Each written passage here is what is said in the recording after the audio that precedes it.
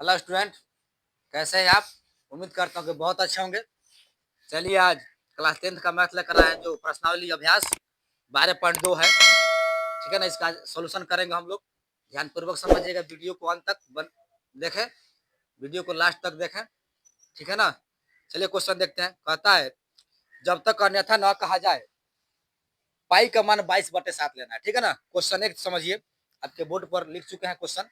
कहता है 6 cm त्रिज्या वाली एक वृत्त के त्रिज्यखंड का क्षेत्रफल ज्ञात कीजिए जिसका कोण कितना है, 60 डिग्री है। चलिए क्वेश्चन आपके बोर्ड पर है। कहता है एक नंबर क्वेश्चन अभ्यास प्रश्नावली जो है 12.2 है। क्वेश्चन एक कहता है 6 cm त्रिज्या वाले एक वृत्त के त्रिज्यखंड का क्षेत्रफल ज्ञात कीजिए जिसका कोण कितना है, 60 डिग्री। देखिए पहले जो वृत्त के त्रिज्यखंड का हम लोग बना लेते हैं, ये वृत्त का त्रिज्यखंड होता क्या है समझिए। ऐसे हमने क्या किया, एक हम लोग वृत्त खींच लेंगे, ठीक है ना, और यहाँ केंद्र को लिखा, यही त्रिज्यखंड होता है। आपका त्रिज्या हो गया। ठीक है, त्रिज्या कितना दे रखा बाबू, 6 cm त्रिज्या है, 6 cm 6 cm लिख दीजिएगा। यहाँ पर भी 6 cm त्रिज्या बराबर होती है, जानते हैं।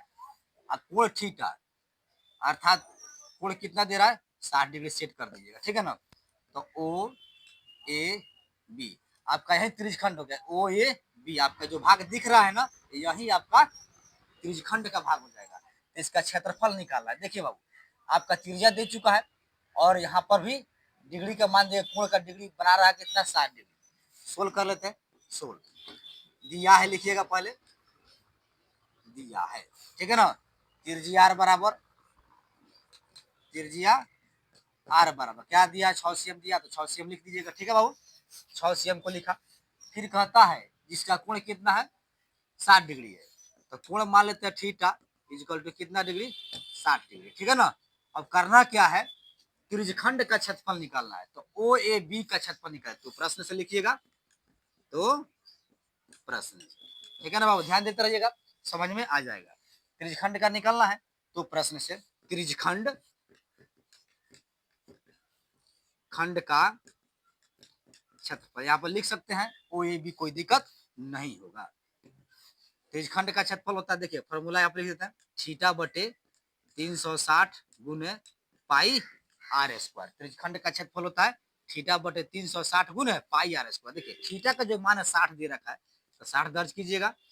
थीटा का कितना, थीटा का 60 है ना, 60 को दर्ज किया, 360 को लिखिएगा। ठीक है, पाई, पाई का मान देखिए किताब में कह रहा है जब तक न कहा जाए तब तक पाई, पाई का मान 22/7 लेना है। तो चलिए पाई का मान 22/7 को दर्ज कीजिए, गुना r square. R square r कितना, 6 cm है, तो स्क्वायर का मतलब क्या है, 2 बार गुना कीजिएगा, तो 6 cm का स्क्वायर करेंगे। अब देखिए जो कटने वाला उसको कटा लीजिए, 0 0 कैंसिल, 6 से 36 कटा, 6 आ गया, 6 जगह 36। अब यहाँ पर आगे बढ़िए, अब देखिए 22, 6 7 बचा, यहाँ देखते हैं 22 बटा में जो बच गया उसको लिख लीजिए, 6 गुना 7।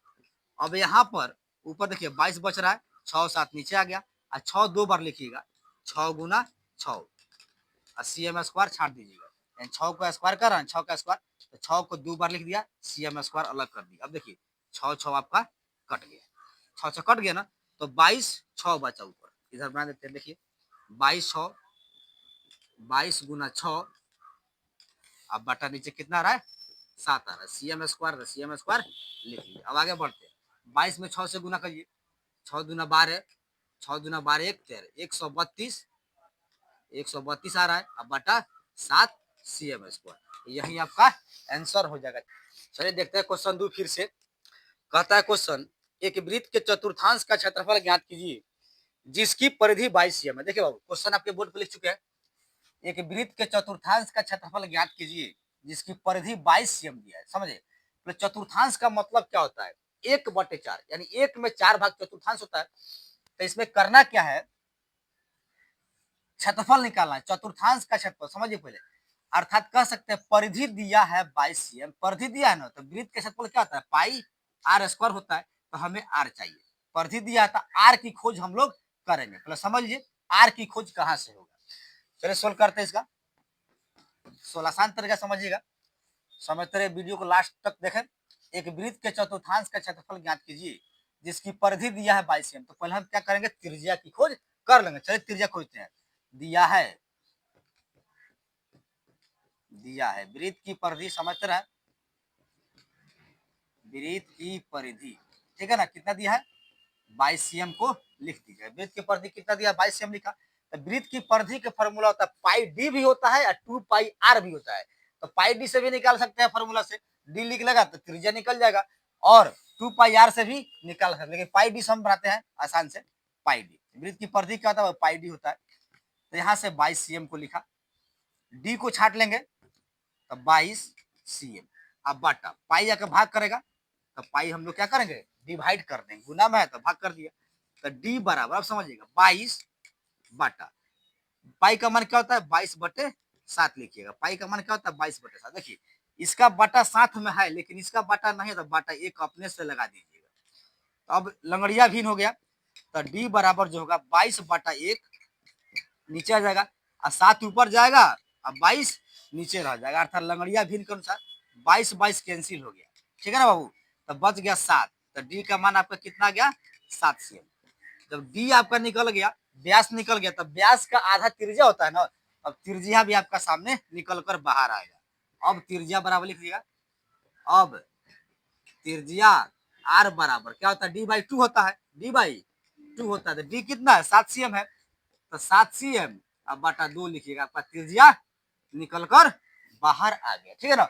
अब क्वेश्चन में यह है कि वृत्त के चतुर्थांश का क्षेत्रफल निकालना है। अब प्रश्न से, अब लिखिएगा, अब प्रश्न से बाबू, वृत्त के चतुर्थांश का क्षेत्रफल, वृत्त के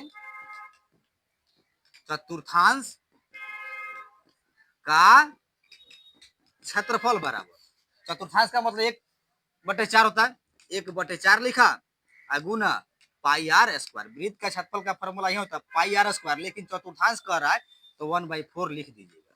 बराबर किया 1/4 लिखा, पाई का मतलब क्या होता है 22/7 लिखिए बाबू, आर स्क्वायर, आर आपका कितना 7/2 है, तो स्क्वायर का मतलब 2 बार, 7/2 और 7/2 cm स्क्वायर 2 बार लिख दीजिएगा।